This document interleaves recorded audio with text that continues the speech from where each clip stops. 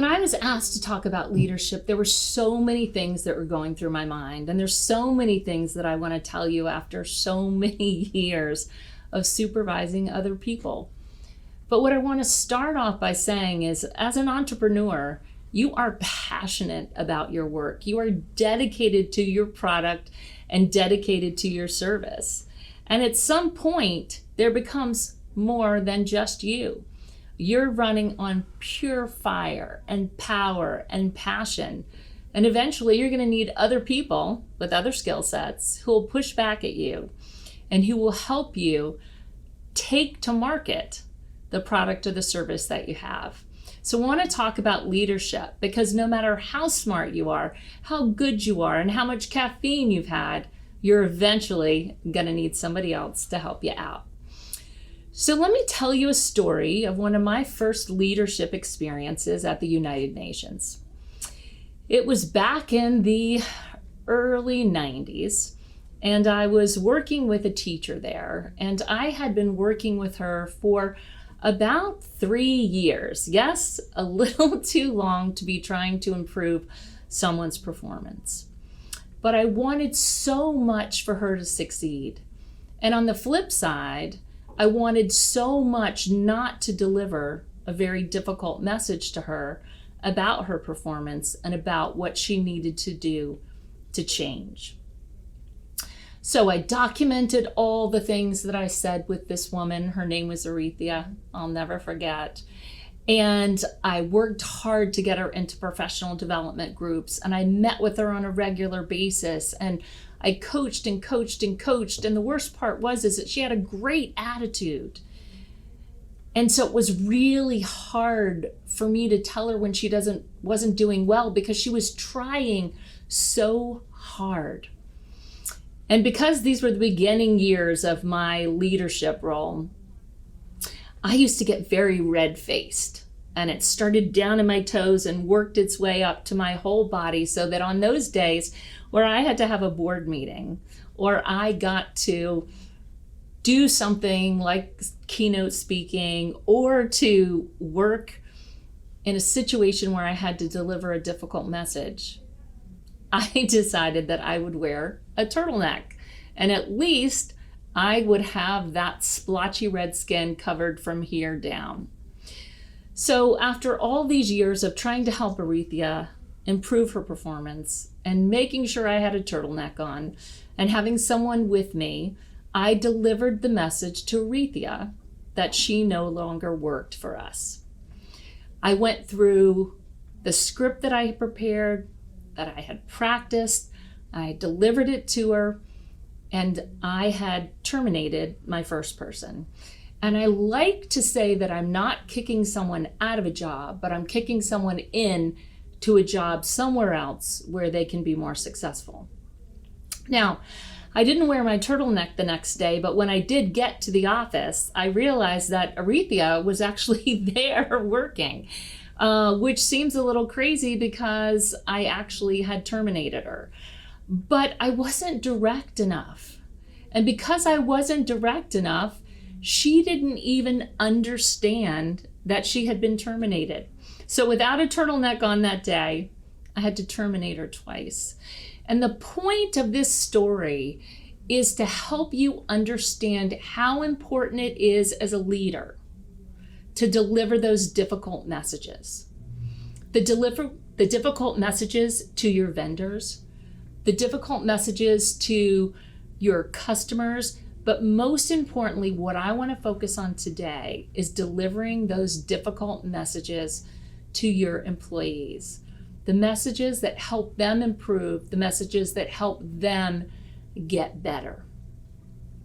So let me go through just a couple tips, and then I'm going to give you some more ideas about delivering those difficult messages.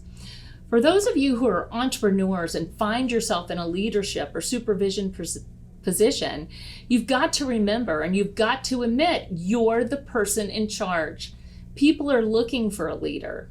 And if you've started the company and you're the founder, you're that person. I also want to remind you that what you're looking for as a leader is that you're not looking for people to like you. I think all of us intrinsically, and women especially, want to be liked. We want people to like us. We want people to accept us. But when you play a leadership role, that doesn't always happen. So instead of working towards someone liking you, work towards people respecting you. And I've found that if you work towards respect, people typically like you. The other thing that's important to remember is that we need to concentrate on making the right decisions, not the popular decisions. If you're a true entrepreneur, you're going to succeed and fail a couple times. You're going to make some good decisions sometimes and some poor decisions. But whether that decision is good or poor, it's important, one, to make a decision. And secondly, it's important to make the right decision. Don't try to estimate what's popular. Don't try to figure out what your employees are going to like you for or think is a good message. Work towards respect and work towards making the right decision. And as I said before, what I've found over time is that if you demonstrate consistent hard work and fairness, that most of your employees will grow to respect you and like you. So I want you to think right now, whether you're just starting out or you've had some leadership opportunities, about someone in your company or someone that you've employed or someone that you've supervised who's not doing so well. So they're either not following up on time, or the quality of their work is not what you want it to be, or they don't have the passion for your entrepreneurial spirit that you do, or they're not delivering the message that you want about your product or service. As a leader and as a person, it's really easy for us to say, what's wrong with that person? What's wrong with her? What's wrong with him? The most important thing that you can do as a leader, anytime one of your employees or someone that you're working with is not being successful, is ask this very important question first. What am I doing wrong?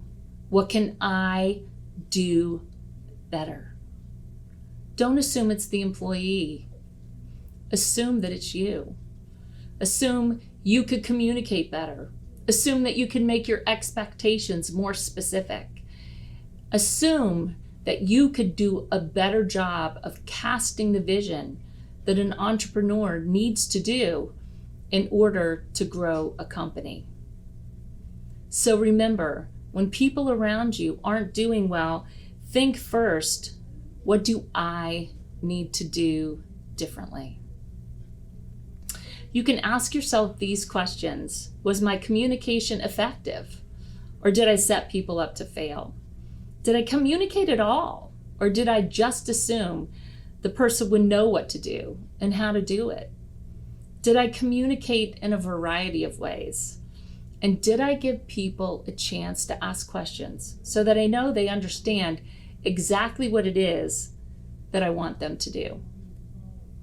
So let's talk about communicating honestly and delivering difficult messages. So let me share another story with you.